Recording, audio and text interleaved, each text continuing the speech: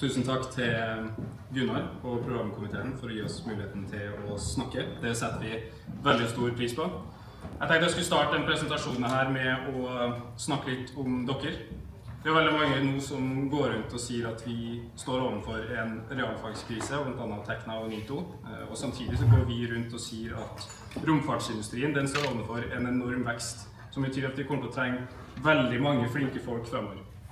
Og det er sikkert flere av dere som også kjenner igjen skjermbildene fra den sliden her, for det er jo hentet fra deres karriereside. Så jeg har tenkt å stille meg selv et veldig ledende spørsmål. Hvor er det man får tak i de folkene her, de som skal ta over roret etter alle dere? Jeg har jo selvfølgelig et veldig godt svar på det. Det er i Norstech. Og mer spesifikt, det er i våre medlemsorganisasjoner. Vi begynner jo å dekke nesten hele landet nå. Jeg antar det er flere av dere som blir litt overrasket hvis jeg sier at det er 10 foreninger i Norge. Vi har til og med fått med oss Bergen. Og Norstech jobber for alle de her nesten 500. Litt usikker på hva som er morsomt her, men det er sikkert veldig gøy. Kanskje det var Bergen. I hvert fall, vi jobber altså for 500 av de her mest engasjerte individene som bruker store deler av sin fritid på å bygge satellitter og raketter over hele Norge. Og det er liksom ikke leking av space, det er satellitter som faktisk har vært i verdensrommet, det er raketter som skal opp til helt utrolig imponerende høyder. Og en av de initiativene vi har i Norstech som har fungert veldig bra på akkurat dette er inkubatorprogrammet vårt. Ja, og det er jo altså da ikke en business-inkubator, det er en inkubator for foreninger. Jeg merker at folk setter veldig pris på det at vi bare står ved siden av ildsjelene som tørs å ta det første steget ut i den kompliserte verden som er romteknologi, samtidig som vi selvfølgelig støtter dem på det organisatoriske og det tekniske. Så dette er oss, den lista her, det er Norstech, og vi jobber for å sikre fremtiden vår i verdensrommet. Og når jeg sier fremtiden vår, så mener jeg ikke bare studentene, jeg mener absolutt alle som sitter i det rommet her, for den er den samme. Og bare for å gi litt mer kontekst og innsikt i mitt perspektiv, resten av porteføljen til Norstech som vi jobber med, litt mer oversikt, så har vi selvfølgelig Launchpad-programmet. Det er et program hvor vi jobber for å fasilitere for at norske rakettlag kan gå 100 km, altså grenser til verdensrommet, fra norsk jord på en trygg måte. Og her kommer det mer informasjon senere, veldig spennende program. Vi har et rideshare-program hvor vi jobber for å skaffe oppskytningsmuligheter for studentsatellitter. Vi har en felles digital plattform hvor vi samler alle de her, akkurat blitt sponset av Norsk Romsenter, noe vi setter utrolig stor pris på, så vi kan starte prosjekter sammen og knytte nettverk på tvers av hele landet. Vi skaper møteplasser, og så har jeg også lyst til å nevne at vi har en podcast. Det høres kanskje litt lite ut i det store bildet her, men jeg nevner det nå fordi at det er sikkert flere av dere som kommer til å få en invitasjon om ikke så alt for lenge, fordi jeg har lyst til å skape inspirasjon og fortelle om alt det kule og spennende og viktige som vi gjør i romindustrien. Så er det en egen slide til Norstech Summit, som er altså en studentkonferanse som vi planlegger at skal bli et årlig event fra og med i år. Første versjon går av stabelen 1. og 2. september i Trondheim. Det blir på Studentersamfunnet. Vi sikter på omtrent 500 til 600 deltakere. Og det kommer til å bli en ordentlig folkefest, hvor vi samler de mest engasjerte menneskene i hele Norge. Så det er absolutt en plass jeg ville ha vært med hvis jeg var dere, og det er flere av oss i rommet her nå som jobber med den konferansen, så snakk med dem. Vi har veldig lyst til å jobbe med dere og få dere vist fram, så folk forstår alt det utrolig spennende, kule og viktige vi holder på med i romindustrien. Og for å gi litt sånn oversikt på hvor Norstech kommer inn, her er en flowchart over det hele fulle bildet. Så studentene, etter de er ferdigutdannet, kommer ut i deres bedrifter, eller ut i akademia, eller starter egne startups. Og det er her Norstech kommer inn.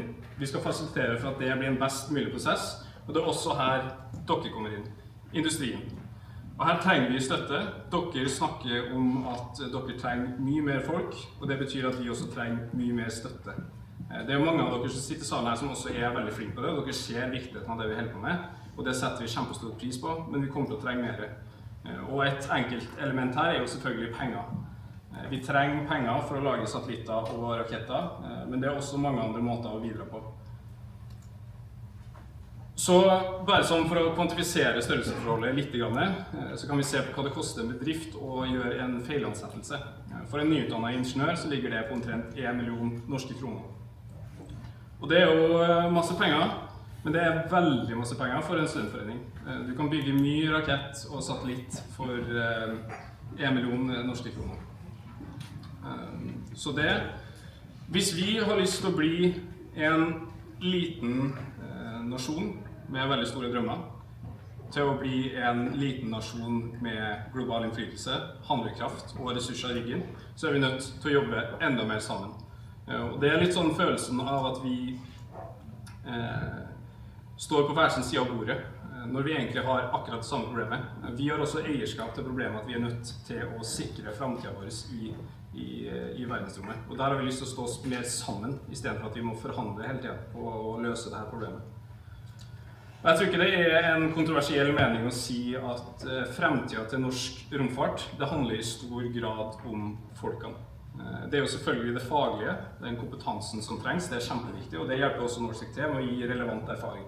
Men et annet litt underkommunisert og undervurdert element av det jo engasjementet som kommer. Jeg liker å si at Norstic en ildsjelproduserende maskin, og det jo litt sånn vanskelig å kvantifisere hva det i verdi for en bedrift, men det jo de folkene som gjør det gøy å dra på jobb, og de som engasjerer alle andre ansatte i bedriften. Så det også har kjempestor verdi for dere.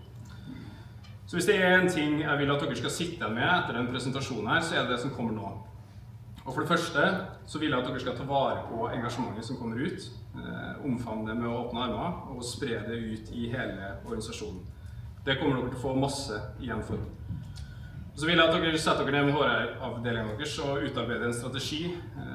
I stedet for å stille dere utenfor en forelesningssal og skyte litt fra hofta, så går det an til å komme direkte til kilden og snakke med oss, og utarbeide en litt mer sånn innsida-ut-strategi, hvis man skal kalle det.